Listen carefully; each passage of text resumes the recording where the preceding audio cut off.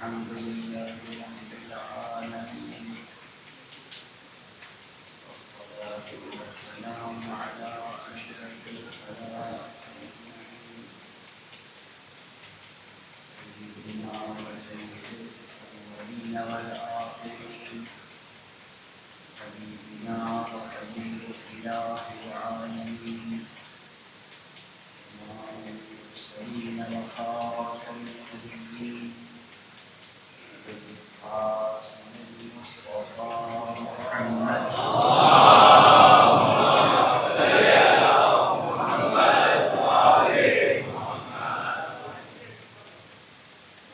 أهل بيته الطيبين الطاهرين الهداة المهديين المعصومين المظلومين، واللعنة الدائمة على أعدائهم الحق والدين. أما بعد، فقد قال الله تعالى عز وجل في محكم كتابه ومحكم خطابه: بسم الله الرحمن الرحيم. ألم نشرح لك صدرك ووضعنا عنك وزرك الذي أنقض ظهرك ورفعنا لك ذكرك. صدق الله العلي العظيم.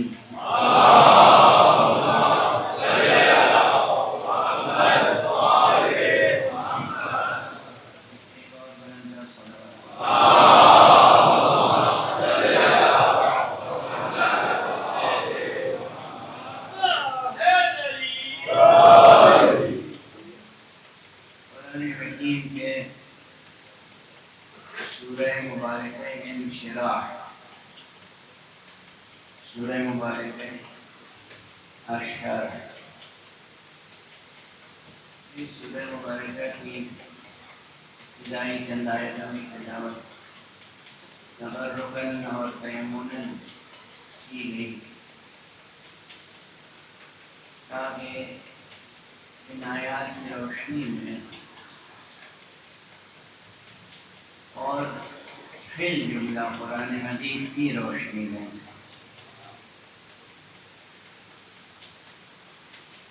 اس موضوع پر غور کیا جائے کہ تسلسل زمان میں ختم نبوت کا مفہوم کیا ہے۔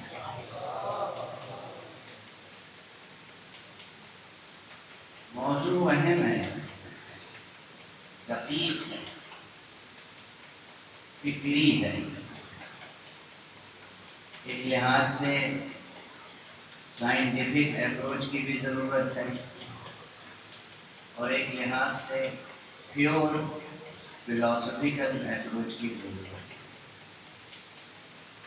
موضوع فلسفیانہ ہے اور ساتھ میں دینی موضوع جو ہے جہاں نبوت کا قدم درمیان میں آ جائے وہاں دین ہے، اور عنوان ہے تسلسل زمان میں ختم نبوت کا مفہوم۔ یعنی یہ عنوان ایسا ہے کہ جس میں فلسفے اور دین کا سنگم ہے، فلسفیانہ اور دینی افکار اس ساحل پر آ کر ملتے ہیں۔ مجھے مجالس، وہ بھی مجالس محرم، حدود و قیود و آداب و شرائط کا اندازہ ہے، آپ کو بھی ہے، اس لیے ان تمام شرائط کو پورا کرتے ہوئے اس موضوع کا حق بھی ادا کرنا ہے۔ یہ بات عقیدے کی حد تک ہے۔ میں تسلیم کرتا ہوں کہ مجالس اعضاء سید الشہداء علیہ الصلاۃ والسلام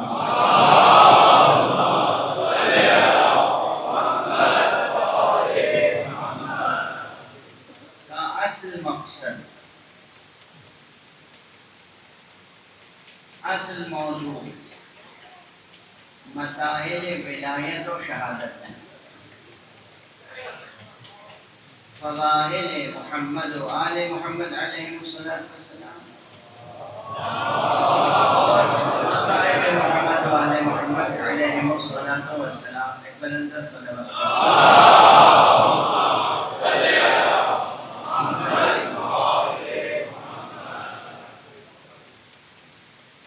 لیکن اب اس فقیر کے اسلوب کلام سے اب تقریباً مانوس ہو چکے ہیں۔ براہ راست فضیلت کی روایتیں پڑھ دینا کوئی مشکل نہیں ہے، بہت آسان ہے، لیکن اس میں یہ ہوتا ہے کہ جو مومن ہیں وہ تو فوراً قبول کر دیتے ہیں، اور جن کے مزاج میں ذرا تفکر ہے وہ ہر روایت پر سوالات کھڑے کر دیتے ہیں۔ میری سمجھ میں تو نہیں آتا ہے، میرا نظریہ تو یہ ہے، میں تو یہ سمجھتا ہوں۔ اس لیے گفتگو کی سطح میں دوہری قائم کرتا ہے، ایک فکر عمومی اور ایک وہ ادبی اسلوب کہ جو مذہب کے ساتھ خاص نہیں ہے، ادبی اسلوب ہے،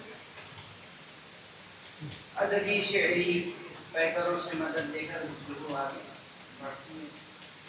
مقصد وہی ہے، مقصد وہی ہے، یقین رکھیے اس زندگی کا مقصد ہی یہ ہے کہ اس کا اختتام ہو در آل محمد۔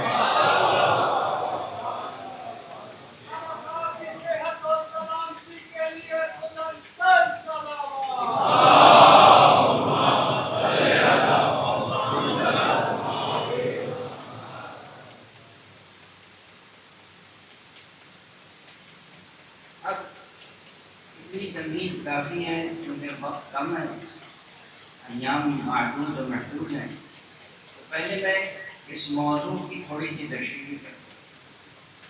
تسلسل زمان جب عنوان قائم کیا میں نے، تو اس سے مراد کیا ہے؟ اصل زمان سے مراد کیا ہے؟ نیچر آف ٹائم کیا ہے؟ زمانہ کسے کہتے ہیں؟ زمانہ تو میرا خیال ہے یہ تعریف بہت دقیق ہونے کے باوجود بہت مشکل نہیں ہوگی۔ حوادث کے تسلسل اور حوادث کی ترتیب کو قائم کرنے کے لیے جو پیمانہ استعمال ہوتا ہے وہ ہے وقت۔ حوادث واقعات، سوانح یا افعال، ہم جو کچھ کرتے ہیں، جو کچھ کر چکے ہیں، کچھ کر رہے ہیں، کچھ آئندہ کریں گے، کچھ جو ہم نے کیا تھا اس کے نتائج سامنے آ رہے ہیں، کچھ جو کر رہے ہیں اس کے نتائج سامنے آئیں گے۔ یہ جو حوادث کا سلسلہ ہے، یہ جو واقعات کا سلسلہ، یہ تسلسل اور اس کی ترتیب، یہ اس کا پیمانہ ہے وقت۔ یہ وہ ہے جو تھوڑی دیر کے لیے یہ تعریف مورخ بھی تسلیم کر لیتا ہے، فلسفی بھی تسلیم کر لیتا ہے، صحابی بھی تسلیم کر لیتا ہے، سائنسداں بھی تسلیم کر لیتا ہے، پھر اس کے بعد اس میں اختلافات ہوتے ہیں۔ ہر اہل فن اپنے فن کے نقطہ نظر سے وقت کی تعریف کرتا ہے۔ کوئی مطلق زمان کا قائل ہے، زمان مطلق کا قائل ہے، کوئی زمان کو ایک نسبی حقیقت سمجھتا ہے، ریئلٹی سمجھتا ہے، کوئی زمان کو ریلیٹیو سمجھتا ہے، کوئی ایبسولوٹ سمجھتا ہے۔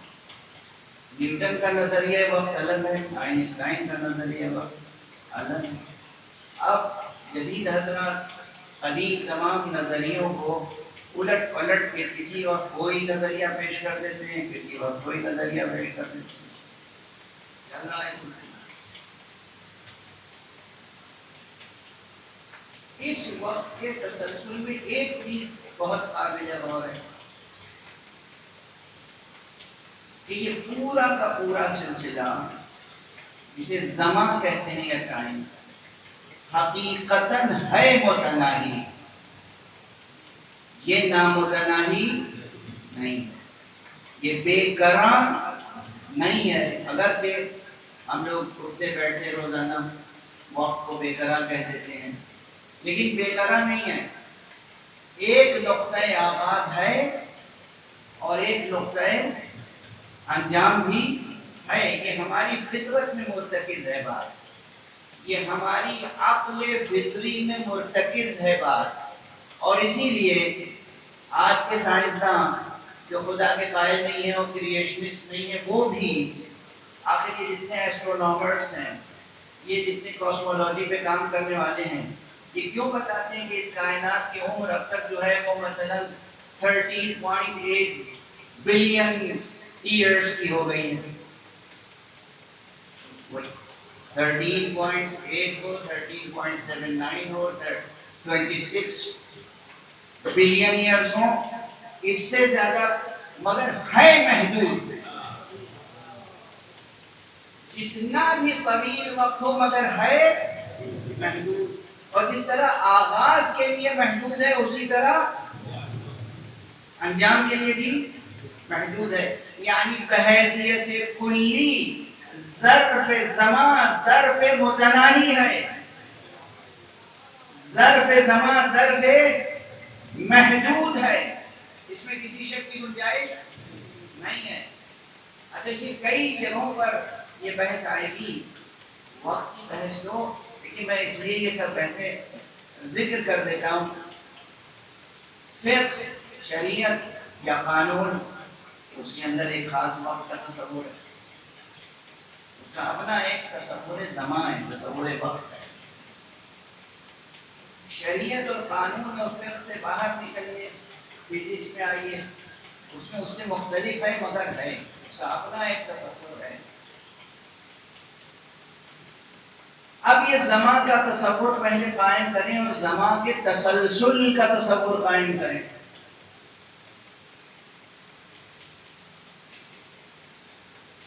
دو بحثوں کی طرف اور تیزی سے اشارہ کر کے آگے چلا جاؤ۔ ماشاءاللہ بزم میں روزانہ ہی علماء، دانشور حضرات، اہل فکر، اہل تدبر اور اہل سخن، اہل ذوق تشریف فرما ہوتے ہیں۔ ہمارے برادر عزیز حجت الاسلام والمسلمین جناب مولانا سید حسین آغا صاحب تشریف فرما ہے، فاضل شخص ہیں، بہت محنت سے انہوں نے قوم میں پڑھا ہے، بہت فاضل شخص ہیں، اور ماشاءاللہ یہ بھی اجازت اشتہار رکھتے ہیں، تو یہ فلسفے کے نصاب کو بھی پڑھ چکے ہیں، اور حضرات اس مجمع میں تشریف فرما ہوں۔ دو بحثیں آتی ہیں جو ہر فلسفے کا طالب علم، مطلب کہ علم کلام کا طالب علم جس سے ضرور نکلتا ہے، اور وہ دونوں بحثیں بھی فلسفہ زمان اور تصور زمان سے بھی ناگزیر طور پر جڑی ہوئی ہیں۔ ایک ہے دور، ایک ہے تسلسل۔ دور کیا ہے اور تسلسل کیا ہے؟ بطلان دور اور بطلان تسلسل پر، یعنی دور کے باطل ہونے پر اور تسلسل کے باطل ہونے پر بہت بحثیں کی جاتی ہیں، اور ثابت کیا جاتا ہے کہ دور باطل ہے، تسلسل باطل ہے۔ کیوں؟ اس لیے کہ علم کلام میں بھی اس کی ضرورت ہے۔ پہلی بات تو یہ ہے کہ دور و تسلسل خلاف عقل وجدانی ہے، اور دین کی کوشش یہ ہوتی ہے ہمیشہ کہ انسان کے وجدان کو ہر غلط بات سے محفوظ رکھے، انسان کے وجدان کو ہر انحراف سے، ہر خطا اور غلطی سے محفوظ رکھے، یہ ہے دین کی کوشش۔ توجہ ہے میری آپ سے؟ دین کی کوشش یہ ہے کہ انسان جو اپنی فطرت سلیمہ پر قائم ہے، اس کے وجدان کو، اس کی عقل کو، اس کی زندگی کو خطا سے محفوظ رکھے۔ پھر دہراؤں، علم منطق کس لیے پڑھتے ہیں؟ اس کی غرض و غایت کیا بیان ہوتی ہے؟ کہ یہ علم انسان کو فکری خطا سے محفوظ رکھتا ہے، آگے فکر کرنے میں، نتیجہ حاصل کرنے میں، استدلال قائم کرنے میں، خطا میں، غلطی میں، مغالطے میں مبتلا نہ ہو جائے انسان۔ علم نحو کس لیے پڑھتے ہیں؟ گرامر کس لیے پڑھتے ہیں آپ؟ تاکہ زبان کے استعمال میں خطا میں مبتلا نہ ہو جائیں۔ واضح ہے؟ اسی طرح سے دین کا کام یہ ہے کہ انسان جو فطرت سلیمہ پر قائم ہے وہ اپنی سوچ میں اور اپنے عمل میں خطا میں مبتلا نہ ہو جائے۔ یہ ہے دین کی غرض و غایت۔ کوئی آپ ایک جملہ کہو کہ دین کی غرض و غایت یہ ہے کہ آپ کی خداداد فطری پیدائشی عصمت کو محفوظ رکھے۔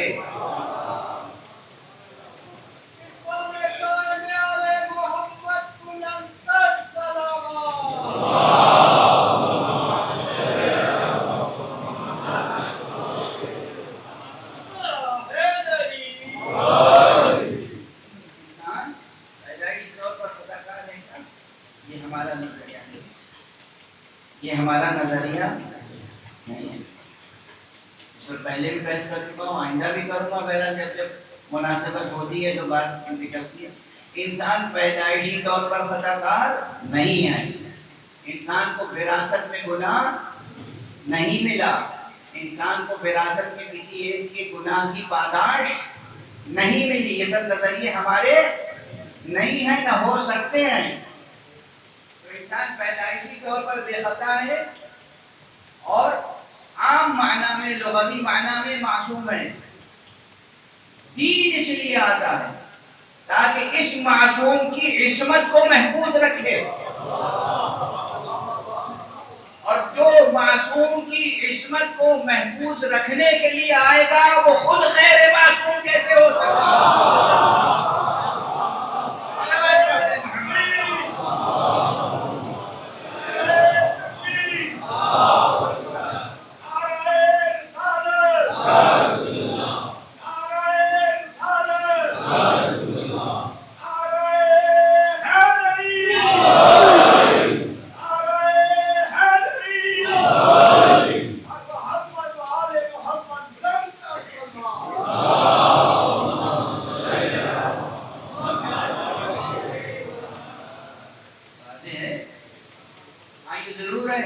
یہ جو عام انسان ہے یہ پیدائش کے وقت کیا ہوتے ہیں؟ خطا کار یا معصوم؟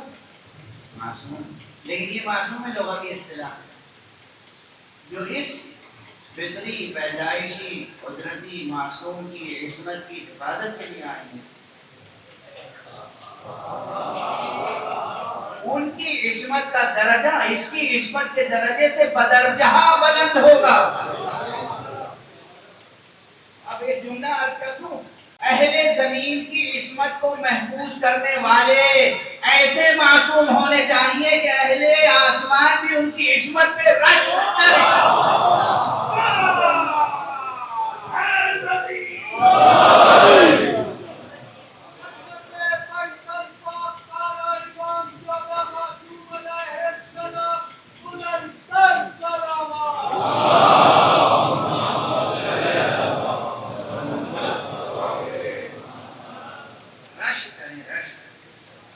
ایسے بھی انسان ہوتے ہیں، ایسے بھی بشر ہوتے ہیں جن پہ افلاک میں رہنے والے کروبیاں، جن پر فرشتگان عرش، جن پر اللہ کے نوری معصوم مخلوقات رشک کی نگاہ سے نظر ڈالیں، ان کو یہ خاک کے پتلے اپنا جیسا کہہ سکتے ہیں۔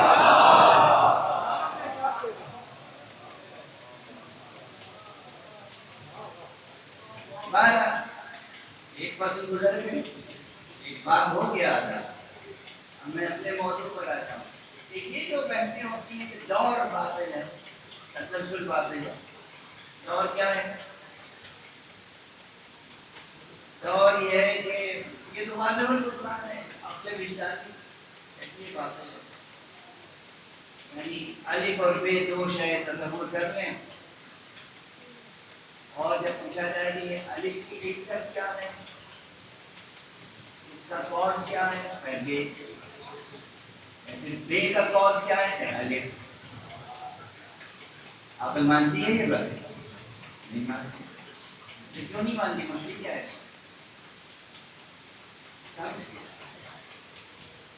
اب ذرا بدلی مثال سے الف بے سے آگے بات بڑھ جائے گی تیزی سے. دو اشخاص ہیں، ایک عامر ایک بکر. ہم کہیں عامر کے والد کون ہیں؟ کہا بکر. پھر ہم پوچھیں بکر کے والد کون ہیں؟ اب آپ کہیے عامر. ممکن ہے؟ نہیں ممکن. اسی کا نام ہے دور. اب یہ جو بھٹی سی مثال ہے یاد رہ جائے گی. اچھا اس میں مشکل کیا ہے؟ آپ کہیں گے کہ سبحان اللہ جی مشکل کیا ہے؟ یہ بھی کوئی بحث طلب بات ہے. ہاں ہاں دنیا والے اسی طرح بحث کرتے ہیں، اس لیے اسی طرح بحث کرنا پڑتی ہے. زمان کا کہاں اس میں داخل آ گیا؟ زمان کا داخل ہے کوئی بات نہیں. جب آپ نے کہا کہ عامر کے والد کون ہیں؟ اس کا مطلب عامر کے وجود سے پہلے بکر تھے. تو اگر سن 2000 میں عامر کی پیدائش ہوئی تو اس کا مطلب 2000 سے پہلے بکر کا وجود تھا. اب پھر ہم پوچھیں کہ بکر کے والد کون ہیں؟ آپ کہہ رہے ہیں عامر.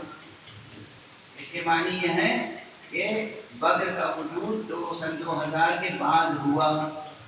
اچھا پہلے قضیے میں آپ نے مانا کہ بکر کا وجود 2000 سے پہلے تھا تب نہ عامر وجود میں آئے. دوسرے قضیے کا مقصد یہ ہے، مفہوم نتیجہ یہ ہے کہ بکر کا وجود 2000 کے بعد ہوا. ٹھیک ہے نا؟ تو درمیان میں کیا ہے؟ زمان. یعنی ممکن نہیں ہے کہ ایک شے ایک ہی وقت میں ہو بھی اور نہ بھی. اب اس سے زیادہ آسان نہیں ہو سکتا. فلسفے کی کلاس یہ ان لوگوں کے لیے ہے کہ جو فلسفے کو بالکل بھی جنہوں نے نہیں پڑھا ہے وہ بھی ٹھیک ہے. تو یہ ہے دور. دور باطل ہے، وجداناً باطل ہے، اس پہ کسی بحث کی گنجائش نہیں. دور باطل ہے. ذرا سی جو مشکل آتی ہے وہ آتی ہے کہاں؟ تسلسل میں. اور جو پرانی نصابی کتابیں ہیں نا اس میں تو تسلسل کو واقعی الجھا دیا گیا. اتنا الجھایا گیا، اتنی دلیلیں قائم کی گئی کہ بات الجھتی چلی جاتی ہے. اب میں ایک جملہ عرض کر کے آگے بڑھوں. یہاں بھی زمان کو درمیان میں رکھتے ہیں. اور ابھی جو میں عرض کر رہا تھا کہ بہرحال تسلسل اسے مانا جاتا ہے کہ علت و معلول کا ایک سلسلہ ہو نامتناہی. نامتناہی یعنی کہیں جا کے ٹھہر نہیں رہا ہے. الف کی علت کیا ہے؟ بے، اور بے کی علت کیا ہے؟ سے، اور سے کی علت کیا ہے؟ جیم اور جیم کی علت کیا ہے؟ دال اور دال کی علت کیا ہے؟ آگے بڑھتے چلے جاتے ہیں، آپ کہیں رکی نہیں رہے. نامتناہی اسے کہتے ہیں تسلسل. اس کو کیسے باطل مانیں؟ عام طور پر عام ذہن اسی میں الجھ جاتا ہے. دنیا نہ جانے کب سے قائم ہوئے تو ایک کا تسلسل دوسرے سے قائم ہے. تو ہم کیسے مان لیں کہ ایک جگہ جا کے یہ سلسلہ ختم ہوگا اور اس پورے سلسلے کا کوئی ایک خالق ہوگا؟ تو یہ دونوں بحثیں باطل ہونے کے لیے ان کے بطلان کا تذکرہ اس لیے ہوتا ہے، اس لیے ڈسکرائب کی جاتی ہے یہ بات کہ دور بھی باطل ہے، تسلسل بھی باطل ہے، تاکہ وجود خالق کا مسئلہ تعلیمی لحاظ سے حل کیا جائے. آگے ہے. اچھا اب بس ایک جملہ کہہ کے آگے بڑھ جاؤں کہ جب آپ اس پر غور کر لیں گے کہ خود زمان نامتناہی ہے، متناہی ہے، نامتناہی نہیں ہے. زمان بے قرار نہیں ہے بلکہ محدود ہے. تو جب زمان محدود ہے تو علت اور معلول کا سلسلہ ظرف زمان میں واقع ہوتا ہے. یہ کیسے ممکن ہے کہ ظرف محدود ہو اور مظروف نامحدود ہو جائے؟ یہ کس طرح ممکن ہے کہ ظرف محدود ہے اور مظروف نامحدود؟ بس اس وقت اتنی بات کہہ کے آگے بڑھتے ہیں. اب جو لوگ سائنسی نقطہ نظر سے غور کرتے ہیں اور فلسفیانہ نقطہ نظر سے غور کرتے ہیں وہ تو ان بحثوں میں اور اصطلاحوں میں اور تعریفات کو الجھے رہتے ہیں. شاعر وجداناً حقائق کونیہ کا وجدان حاصل کرتا ہے. تو مجھے بے اختیار ایک چھوٹی سی نظم ایک شاعر کی یاد آئی. ایک صاحب جو پروفیسر سید ابو القاسم زیدی، قیصر زیدی کے نام سے مشہور و معروف تھے، جامعہ ملیہ اسلامیہ میں اردو کے استاد تھے، ماہر غالبیات تھے، پروردگار ان کو جنت نصیب فرمائے. مجھے ان کی بارگاہ میں نیاز مندی حاصل کی. ان کی ایک چھوٹی سی نظم ہے، وہ فرما رہے ہیں کہ زندگی کا کل وقفہ ایک آنے واحد ہے. زندگی کا کل وقفہ، اب یہ زندگی سے مراد آپ کی اور میری زندگی نہیں ہے. وہ جتنے بلین اور ایئرز اور ٹریلین ایئرز جتنے بھی آپ ماضی میں اور مستقبل میں شمار، زندگی کا کل وقفہ ایک آنے واحد ہے. ایک آنے واحد میں بے شمار وقفے ہیں. زندگی کا کل وقفہ ایک آنے واحد ہے. ایک آنے واحد میں بے شمار وقفے ہیں، بے شمار وقفے ہیں، بے شمار لمحے ہیں، اور ان میں ہر لمحہ منقسم اکائی ہے. غیر منقسم کیا ہے؟ غیر منقسم کیوں ہے؟ وہ بھی راز ہے اب تک، یہ بھی راز ہے اب تک. راز ہے قیامت کا، راز ہی قیامت ہے.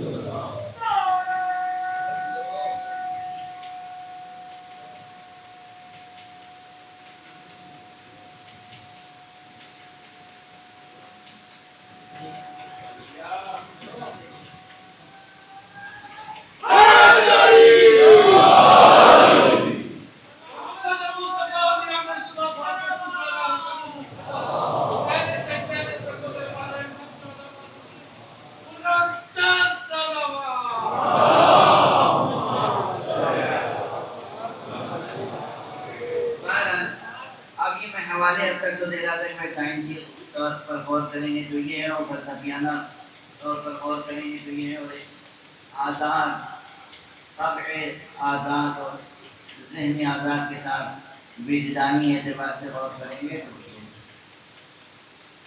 یہ جو بات کہی گئی کہ زندگی کا کل وقفہ ایک آنے واحد ہے، یہ اس میں یہی نظریہ ہے کہ جو کچھ بھی ہو، جتنا بھی طویل و عریض ہے، وہ بے قرار نہیں ہے بلکہ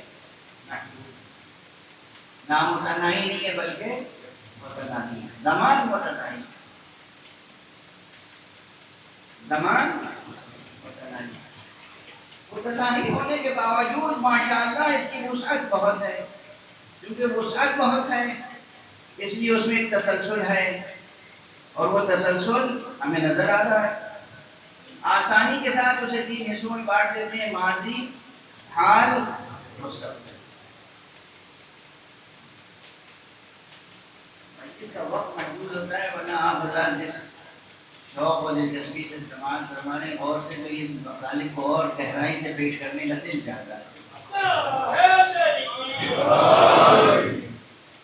اب ایک بات بالکل ذرا سا ہٹ کے معلوم ہوگی مگر عرض کروں کہ خدا کی قسم اللہ سبحانہ و تعالی نے اپنے آخری پیغام کے لیے جو عربی زبان کا انتخاب کیا،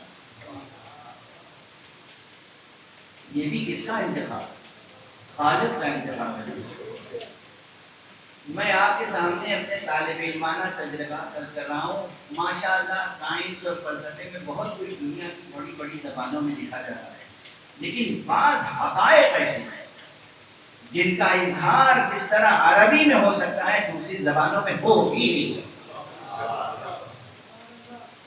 اور اسی لیے اکثر میں درخواست کرتا ہوں مسلم امہ سے بطور خاص، اپنے جوانوں سے، بچوں سے، کچھ آپ سیکھیں یا نہ سیکھیں، عربی زبان ضرور سیکھیں. عربی زبان یعنی قرآن کی زبان، یعنی فطرت کی زبان.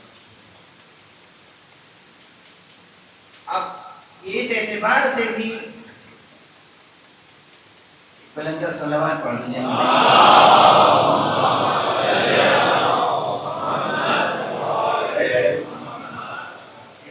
موضوع اس وقت زبان پر اس طرح جاری ہے کہ جو آزمائشی ہے فکری لحاظ سے، اور پھر ماشاء اللہ بارش بھی ہو رہی ہے، تو جو حضرات باہر سماعت فرما رہے ہوں گے ان کے لیے ایک آزمائش ہے.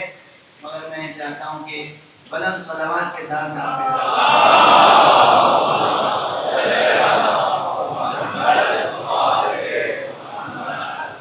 بس مختصر کر دوں میں.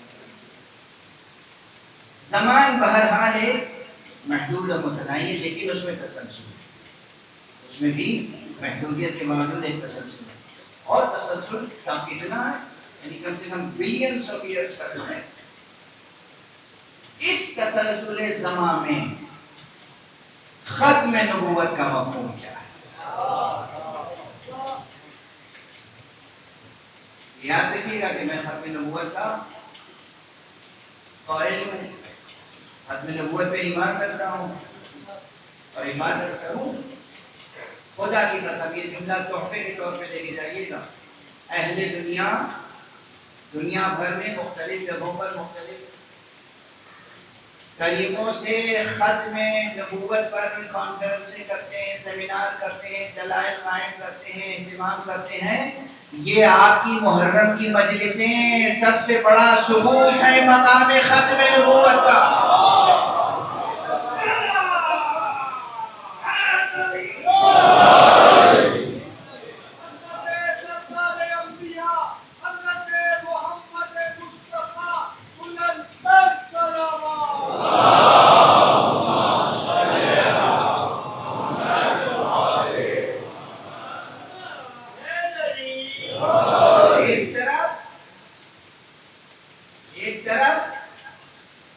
یہ آواز اٹھ رہی تھی کہ آسمان سے نہ کوئی فرشتہ نازل ہوا، نہ کوئی خبر آئی. یہ کس چیز کا انکار تھا؟ اصلاً حقیقت نبوت کا انکار. لعبت ہاشم بالملک فلا ملک جاء ولا وحی نزل. یہ تو بنو ہاشم نے ایک ڈھونگ رچا تھا، ایک کھیل کھیلا تھا اقتدار قائم کرنے کے لیے. نہ آسمان سے کوئی جبرائیل نازل ہوئے، نہ کسی قرآن کو لے کر آئے. یہ نبوت کا انکار تھا. جہاں اصل نبوت کا انکار ہو رہا ہو وہاں ختم نبوت کہاں محفوظ رہ جائے گی؟ اور اس نبوت کے انکار کے مقابلے میں جو انقلاب برپا کرنے کے لیے اٹھے وہ تھے حسین ابن علی. اس لیے حسین کا تذکرہ کرنا مقام ختم نبوت پر یقین رکھنے والوں کے لیے ضروری ہے.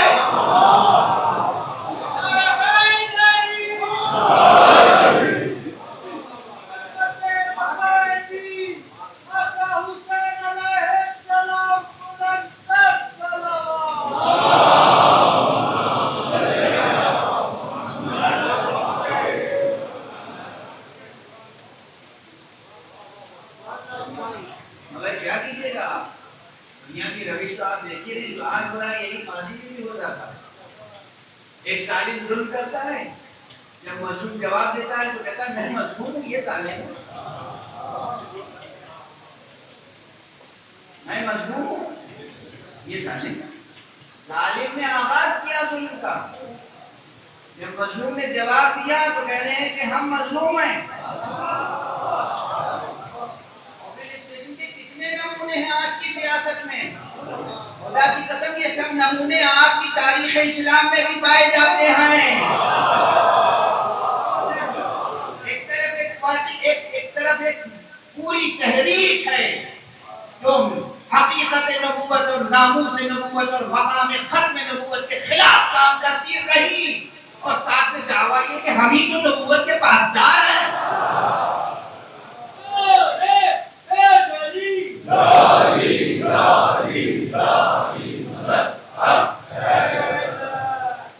نبوت کے پاسدار یعنی کیا؟ یعنی نبوت کے نام پر اقتدار قائم کر لیجئے، نبوت کے نام پر ایشور کشائی کر لیجئے، نبوت کے نام پر خزانے بھر لیجئے. لیکن جب نبوت کو قربانیاں چاہیے ہوں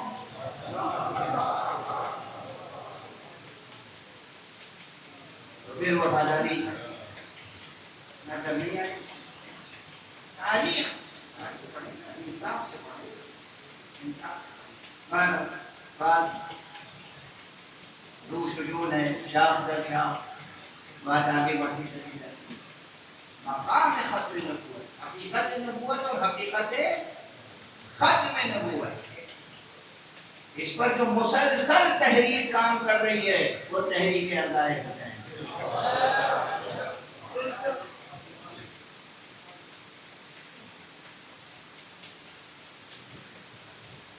اب اس نقطے کی طرف پھر ذرا پلٹ کے آنا ہے جو زمان سے تعلق رکھتا ہے۔ زمانہ آگے بڑھ رہا ہے،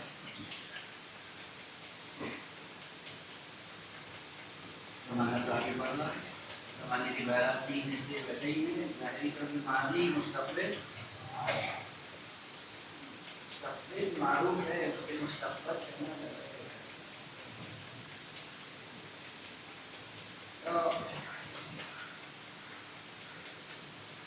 عربی زبان کی بات آ رہی درمیان میں، قرآن مجید کا جمال، اس کا حسن، اس کا کمال، اور قرآن مجید کے تصدق میں جو اللہ سبحانہ و تعالیٰ نے عربی زبان کو جمال و جلال عطا کیا، اس کی جاذبیت بلکہ جذابیت مجھے جو ہے مسحور کیے رہتی ہے۔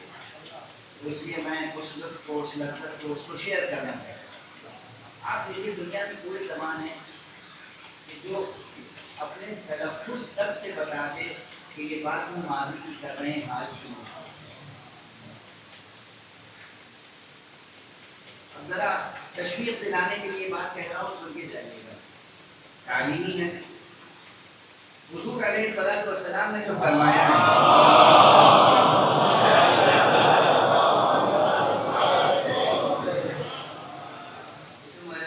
سیکھو، اس لیے کہ دیکھو اہل جنت کی زبان عربی ہے، قرآن کی زبان عربی ہے، میں عرب ہوں، میری زبان عربی ہے، یہ سب تو حضور نے فرمایا ہے۔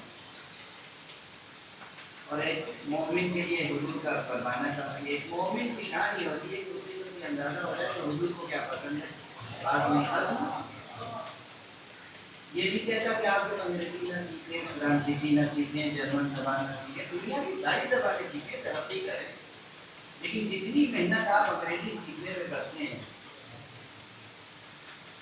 اتنی ہی محنت یا اس سے کچھ کم بھی عربی پہ بھی کرتے ہیں۔ دنیا کے لیے بھی فائدے مند ہے، آخرت کے لیے۔ پتہ نہیں یہ موضوع اس وقت چند جملے اس پر کہوں یا نہ کہوں، لیکن کہہ دوں، دیکھیے کچھ بھی ہو، دنیاوی اعتبار سے پہلے غور کر لیجیے کہ عربی زبان سیکھنے کے کتنے فائدے ہیں۔ دنیاوی لحاظ، دنیا میں سب سے زیادہ ممالک جن کی زبان ایک ہے، سرکاری زبان، وہ عرب ممالک ہے، یعنی تقریباً 29، 30 یا 21، 32 کو جیسے 30، 32 محاورتاً کہہ لیں، کچھ اتنے ممالک ہیں جن کی آفیشیل لینگویج، سرکاری زبان اور قومی زبان کیا ہے؟ عربی۔ دنیا میں کوئی دوسری زبان ہے جس کا اتنا دائرہ ہو؟ تو اگر آپ حضرات اپنے بچوں کو عربی زبان پڑھائیں، زبان لکھنا، پڑھنا، بولنا، سمجھنا، جیسے ہم انگریزی بولتے ہیں، تو کم سے کم 30-32 ملکوں کے دروازے آپ کے لیے کھل جائیں گے، اقتصادی اعتبار سے، پرائیویٹ سیکٹر میں جائیں اور چاہے گورنمنٹ سیکٹر میں۔ یہ تو دنیاوی فائدہ ہے کہ ہر ملک کو، آپ کے ملک میں ماشاءاللہ آپ کی فارن سروس میں ایسے لوگوں کی ضرورت کتنی ہوگی جب یہ بھیجتے ہوں گے اپنا مشن عرب ممالک میں، عربی جاننے والوں کی ضرورت ہوگی یا نہیں ہوگی؟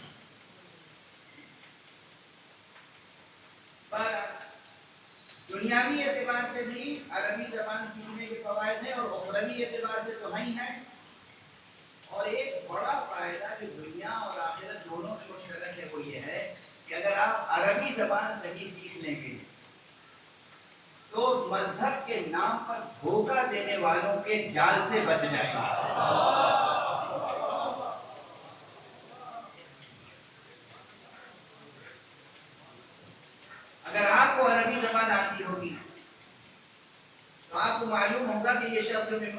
رہا ہے اور بیچ بیچ میں اردو کے درمیان میں ایک دو فقرے عربی کے کہتا ہے، یہ صحیح بھی کہہ رہا ہے یا غلط؟ یہ قرآن مجید کی آیت صحیح پڑھ رہا ہے یا غلط؟ یہ ترجمہ صحیح کر رہا ہے یا غلط؟ یہ برمحل پڑھ رہا ہے یا بے محل؟ یا آپ کو جو حکم سمجھا رہا ہے کہ یہ آیت اور یہ حدیث جو سے یہ حکم ثابت ہوتا ہے، وہ واقعاً وہ آیت حدیث اس حکم سے مربوط اور متعلق ہے بھی یا نہیں؟ یہ جو عربی کی عبارتیں غلط عبارتیں پڑھ کے آپ کو منحرف کر رہے ہیں، ان کے شر سے آپ محفوظ ہو۔ صلوات پڑھ دیجیے۔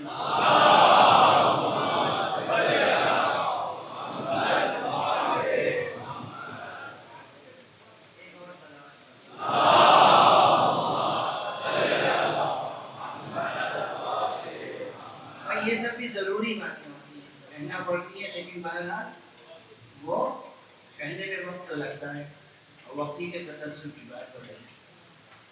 تسلسل زمان میں ختم نبوت کی بحث بہت اہم ہے۔ زمان پڑھ رہا ہے آپ میں کہہ رہا تھا عربی زبان کی خصوصیت، ایک لطیف سے خصوصیت کی طرف توجہ دلا کے آگے بڑھوں۔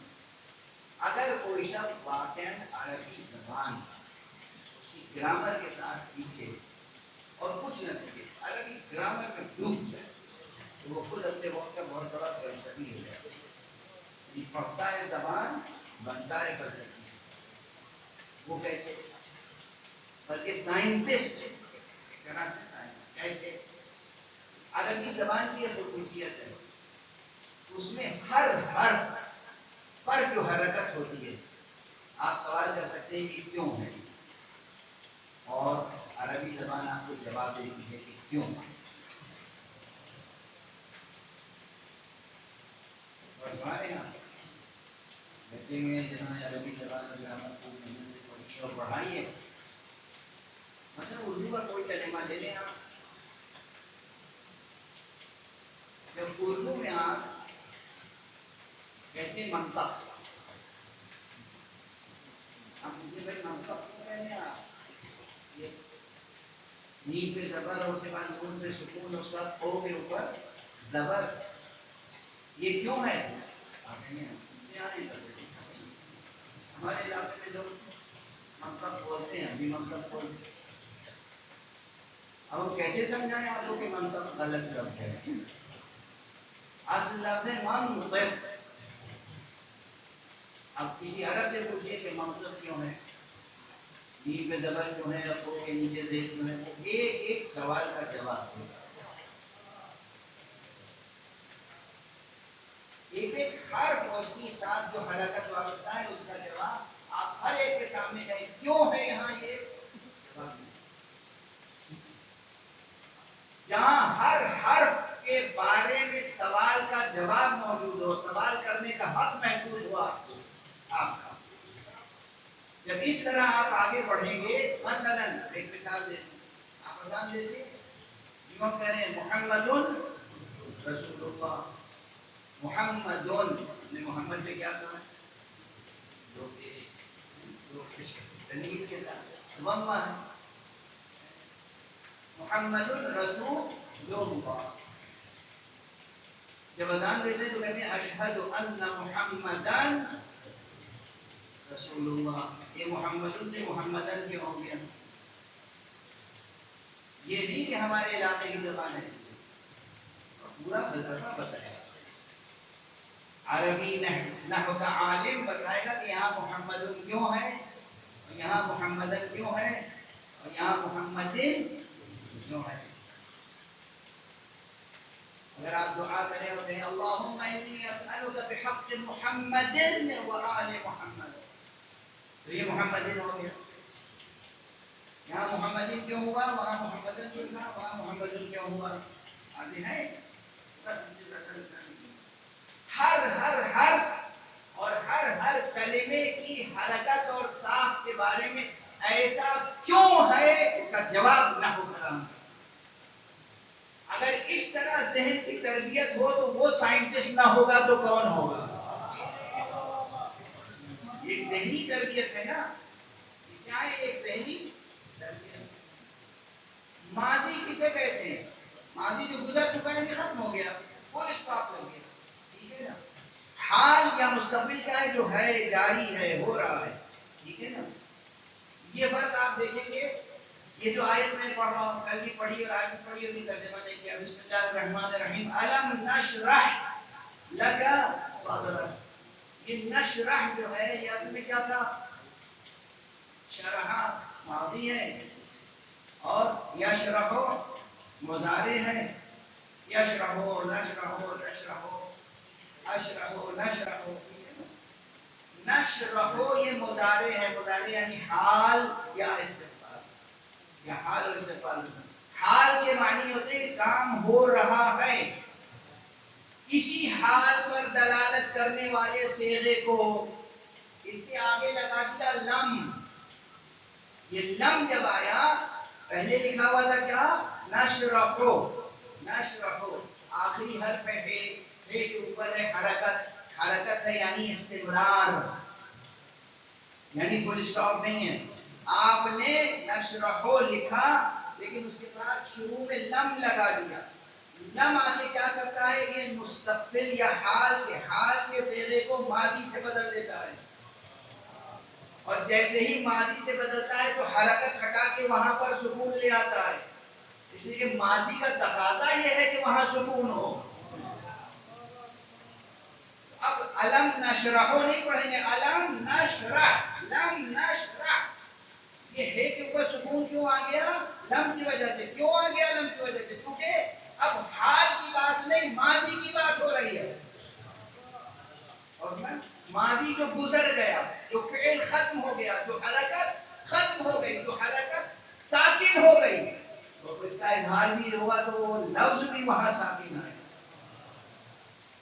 اور میں مثال دے رہا ہوں, عربی زبان اس قدر فطرت سے ہم آہنگ ہے, حقیقت سے ہم آہنگ ہے کہ اس کا انتخاب حضرت حق سبحانہ و تعالی نے اپنے اس پیغام کے لیے کیا جو قیامت تک باقی رہنے والا پیغام. اب بس اب تعلیمی باتیں بہت ہو گئی, اب دھیرے سے مضمون کو سمیٹ کیا جائے. جب تسلسل زمان میں ختم نبوت کی بات ہو رہی ہے اور اسی تعلق سے میں نے اس سورے کا انتخاب کیا.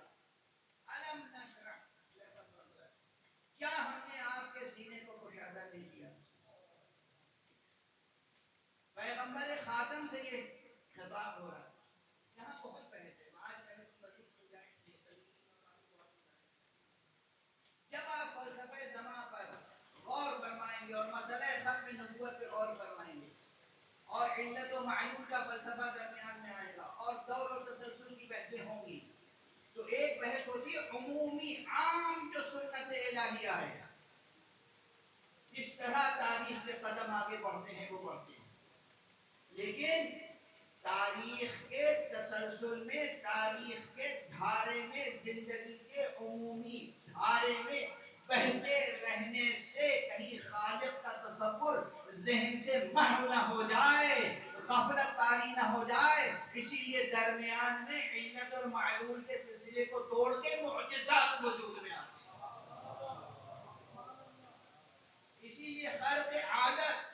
اب اگر زمان کے فلسفے پہ غور کر رہا ہے انسان, نبوت کے فلسفے پہ غور کر رہا ہے انسان, تو وہیں کہیں نہ کہیں معراج کا مسئلہ آئے گا اور بتائے گا کہ کس طرح زمان کی اضافیت ہوتی ہے.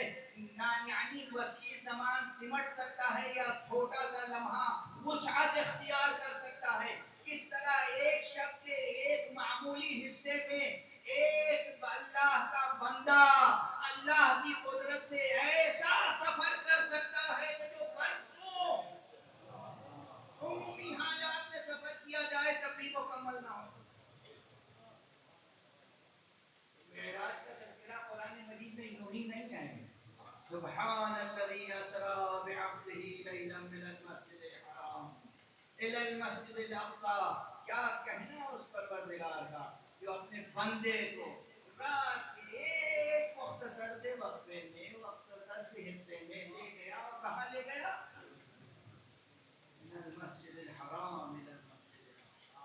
مسجد حرام سے لے کے مسجد اقصی تک یہ سفر ہے. اس میں زمان کا حوالہ ہے, مگر زمان کی دونوں حیثیتوں پر غور کرنے کے لیے ذہن انسانی مجبور ہو جاتا ہے. مطالب سامنے رکھتے تو پھر ایک جملہ عرض کر کے آگے بڑھ جاؤں کہ خدا کی قسم اللہ نے لسان تکوین میں یعنی اللہ نے اپنی تخلیقی زبان میں معراج پیغمبر کو تسلسل زمان میں مقام ختم نبوت کا استعارہ بنایا. صلوات پڑھتے محمد.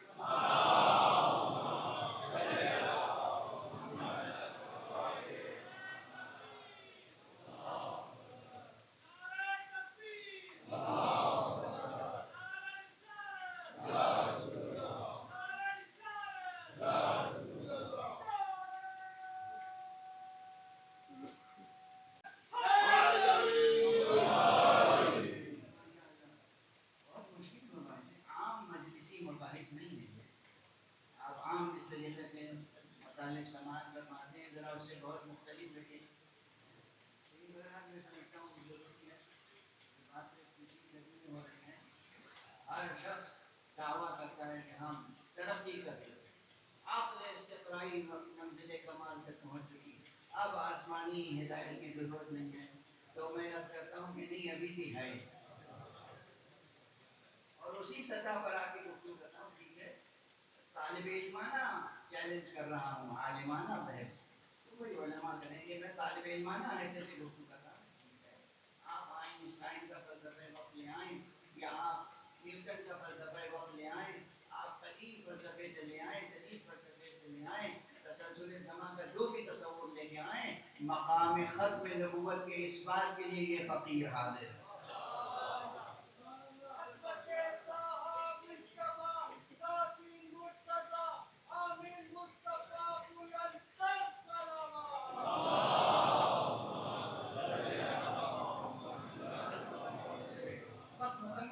یہ سب تمہیدی مطالب ہیں, لیکن آپ کی ذہانتوں اور وراثتوں پر مجھے یقین ہے کہ انہی تمہیدی مطالب سے نہ جانے کہاں کہاں آپ کے ذہن فضائل سے اور حقائق سے مربوط ہو گئے ہوں گے. معجزات کیوں ہوتے ہیں؟ معراج کس چیز کا استعارہ ہے؟ بہت سی باتیں معراج سے جڑی ہوئی ہیں, لیکن اس میں ایک یہ بھی ہے کہ تسلسل زمان میں ختم نبوت کا ایک عظیم الشان اشارہ ہے معراج. ختم نبوت مصطفیٰ. بس آج اب اس پوری تمہید کو سمیٹ میں جاری رہے گی کل اور پرسوں انشاءاللہ. یہ البتہ یہ جملہ میں پہلے کہہ چکا ہوں اور مجھے ناز ہے کہ میں نے کہا تھا اور میں ہی دہرا رہا ہوں. جب بھی یہ پوچھا جائے کہ محمد ابن عبداللہ پر نبوت ختم کیوں ہوئی, تو ایک ہی جواب ہے. اب آپ یہ سمجھیے, سوچیے کہ یہ صوفیانہ ذوق کے تحت کہہ رہے ہیں, آپ جو چاہیں سمجھیں. حقیقت یہ ہے کہ کل حقیقت نبوت منحصر ہے ذات مصطفیٰ میں. اسی لیے انہی سے نبوت کا آغاز ہونا تھا, انہی پر نبوت کا اختتام.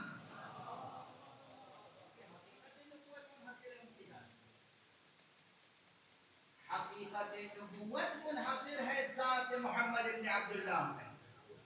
اس لیے نہ ان سے پہلے کوئی نبی ہو سکتا تھا, نہ ان کے بعد کوئی نبی ہو سکتا ہے. اسی لیے مقام نبوت میں آپ نے فرمایا کنت نبیا وآدم بین الماء والطین, میں اس وقت بھی نبی تھا جب آدم آب و گل کے درمیان تھے. اور بحیثیت خاتم النبیین قرآن مجید نے گواہی دی کہ مصطفیٰ خاتم النبیین ہے. آپ نے اعلان فرمایا میں خاتم النبیین ہوں. آپ خاتم النبیین بھی ہیں, آپ خاتم النبیین بھی ہیں. مقام نبوت ختم ہے مصطفیٰ. اور اس کی سب سے بڑی دلیل کیا ہے؟ بہت سی دلیلیں ہیں, بہت سی دلیلیں ہیں مقام ختم نبوت کی, لیکن ایک بڑی دلیل وہ ہے جو غدیر میں سامنے آئے. اگر بعد مصطفیٰ نبوت کا سلسلہ جاری رہنا ہوتا تو پھر غدیر میں جمع کر کے ولایت کا اعلان نہ کیا جاتا.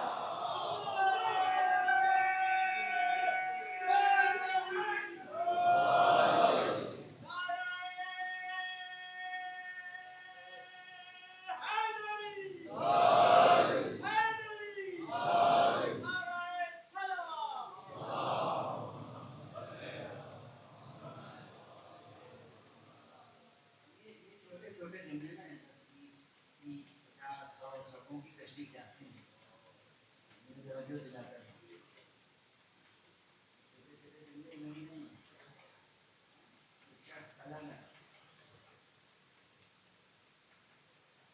اگر نبوت کا سلسلہ جاری رکھنا ہوتا حضرت حق سبحانہ و تعالی تو پھر یہ نہ کہا جاتا یا ایھا الرسول بلغ ما انزل الیک من ربک، اے رسول اب آپ پہنچا دیجئے وہ جو اللہ کی طرف سے نازل کیا گیا ہے، نہیں بس پہنچا دیجئے، اب پہنچانے کا سلسلہ ختم ہے، جو کچھ ہم بھیجنا چاہتے ہیں آسمان پہ بھیج چکے، اب اس کی نشاندہی کر دیجئے کہ جو ہمارے پیغام کی حفاظت کرنے والا ہے۔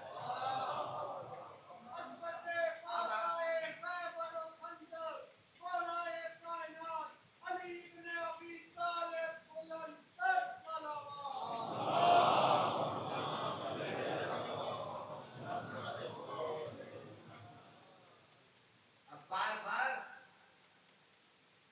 سر اوپر اٹھا کے نہ دیکھا جائے کہ یا اللہ قبلہ کدھر ہوگا، اب بتا دیجئے کہ قبلہ کون ہے۔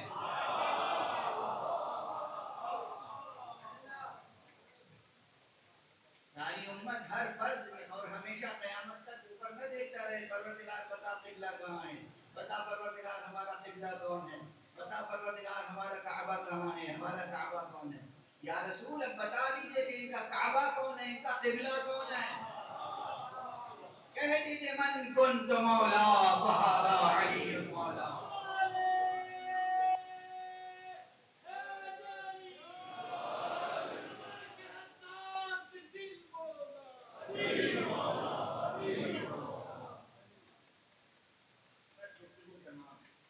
آج مقام فضائل میں یہ گفتگو ہو رہا ہے،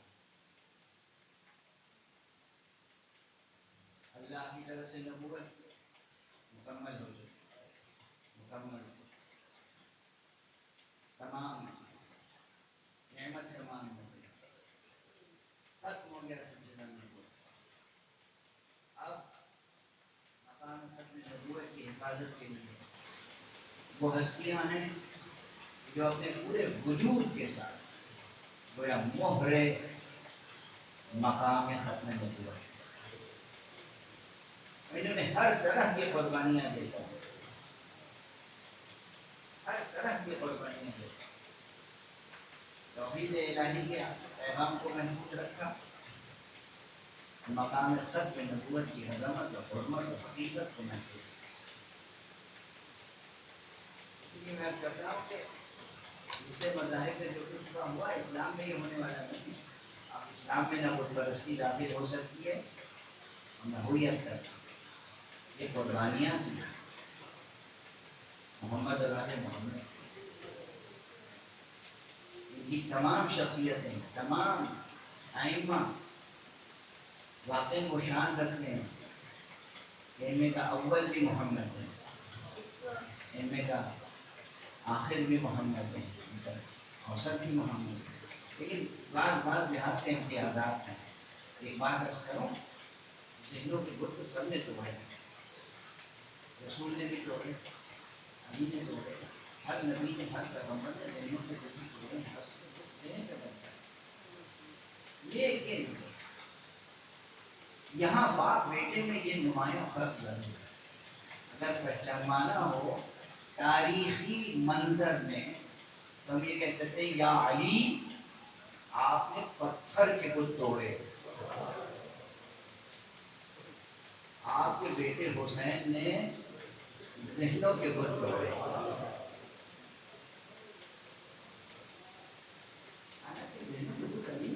میں پہلے کہہ چکا، لیکن تاریخی منظر میں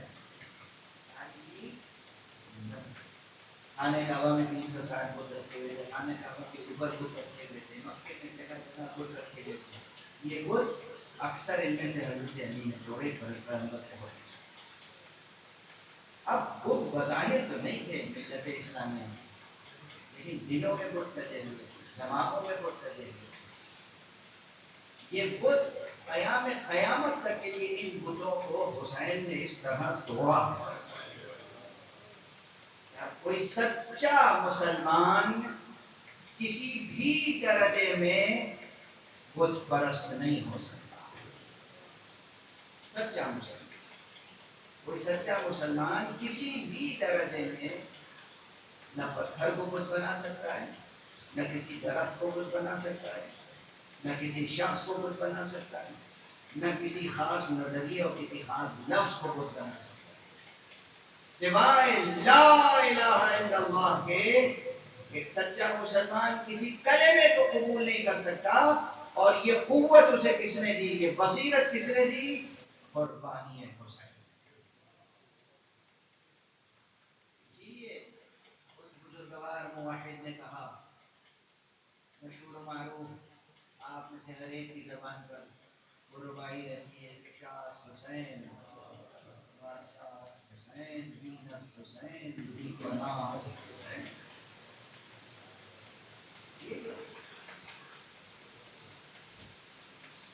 آقا حسین کی قربانی ہے اور اس عمل میں وہ قوت ہے، اس قربانی میں وہ قوت ہے، وہ تاثیر ہے، وہ حرکیت ہے. قیامت تک انقلاب آفری قوت کے طور پر باقی رہے. آج 2 محرم ہو گئے، 2 محرم کو آقا حسین کربلا پہنچ گئے.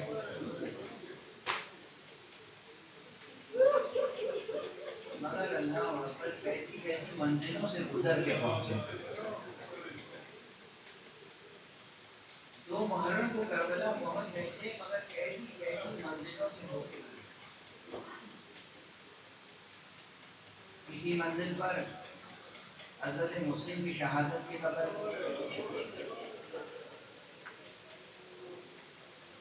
کسی منزل پر حضرت قیس ابن مسہر سیداوی کی شہادت کی خبر، کسی منزل پر چھوڑنے آگے راستہ ہو. مگر ہر منزل پر آقا حسین نے سیرت مصطفیٰ صلی اللہ علیہ وآلہ وسلم کے چراغ روشن کیے ہر منزل پر. یہ جو ایک مشہور جملہ ہے نا مولانا اعتماد نہیں کہ ہم اپنی طرف سے آغاز جنگ نہیں کرنا چاہتے، یہ جملہ بھی قرآن مجید کی تعلیمات و سیرت پیغمبر کی تعلیمات کا نچوڑ ہے. جنگ کا آغاز آقا حسین کو کرنا ہوتا تو وہی کر لیتے جہاں پہلے خلافہ پیاسا لشکر بے جان جاتا، اس لشکر کو ہرا دینا کوئی بڑا کارنامہ تھا. مگر نہیں، دشمن کا لشکر ہے، بے جان ہے تو اس میں جان ڈال رہے ہیں، پیاسا ہے تو اسے پانی پلا رہے ہیں. تاریخ میں کیا کیا منظر محفوظ رکھے ہیں. ایک شخص تھا حر کے لشکر میں جو پیاس کی شدت سے اس قدر حواس باختہ پڑا، اس کی آنکھوں میں دھند تھی. آقا حسین کے حکم سے لوگ اس کے پاس لینے مشق پہنچے. اس کے دہن کے پاس مشق کا دہانہ ہے، مگر اس سے پانی پیا نہیں جا رہا ہے، پانی ادھر ادھر بہ رہا ہے.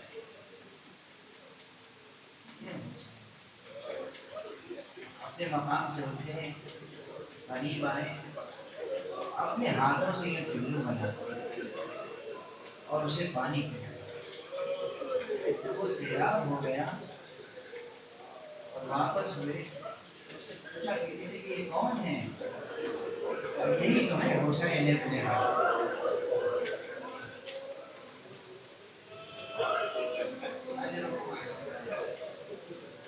میں نے کوئی مبالغہ اور کوئی تصنع اس واقعے کے بیان میں نہیں کیا، برے الفاظ میں تعریف کا واقعہ بیان کر کے، مگر کیا تڑپ تڑپ کیا کے جاتا ہے. یہ ہے حسین جنہوں نے اس انداز سے پانی پلایا دشمن لشکر کو، وہ جب کربلا پہنچے ہیں تو چاہتے تھے اصحاب امام کہ خیموں کو دریا کے کنارے نصب کریں، مگر پھر وہ اپنے ظالم و جابر حاکم کے حکم سے مجبور تھے، دشمن آئے مانے ہوئے، خارج ہوئے، سد راہ ہوئے، ہم مجبور ہیں فرزند رسول آپ کے خیمے ہم یہاں نہیں لگانے کو۔ اب یہ مکالمے نقل کیے جاتے ہیں اکثر، معال مجلس کی خاطر میں بھی نقل کرتا ہوں۔ کہتے ہیں کہ ادھر زہیر خیم دشمن سے غیظ و غضب میں گفتگو کر رہے ہیں۔ زہیر بہت قوی، بہت شجاع سا تنہا زہیر خیم اس مرحلے کو سر کر سکتے۔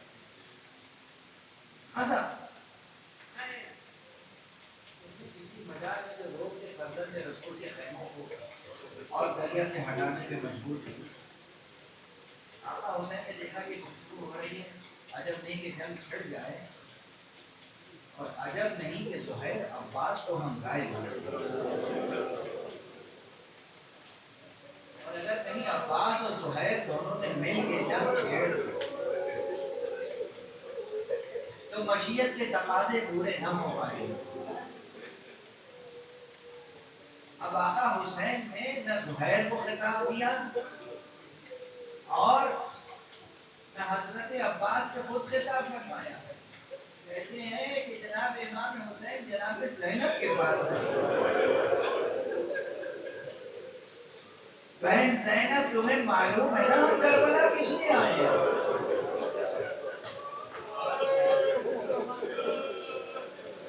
بہن زینب ہم تو قربانیاں پیش کرنے کے لیے آئے ہیں۔ بہن دیکھو عباس کو بلا کے تم سمجھا دو، کہیں عباس زہیر کے ساتھ مل کے جنگ کا آغاز نہ کر۔ آئے وہ شجاع عباس، وہ بہادر عباس، وہ آقا حسین کی خدمت کے لیے جان فروشی اور جان نثاری کرنے والا عباس، وہ عباس با وفا جو مچل رہا تھا امام کے دشمنوں کو تحت کرنے کے لیے، اسے کس طرح مجبور ہونا پڑا جب زینب نے بلا کے کہا بھیا عباس دیکھو ہماری طرف سے جنگ کا آغاز نہ ہونے ہو۔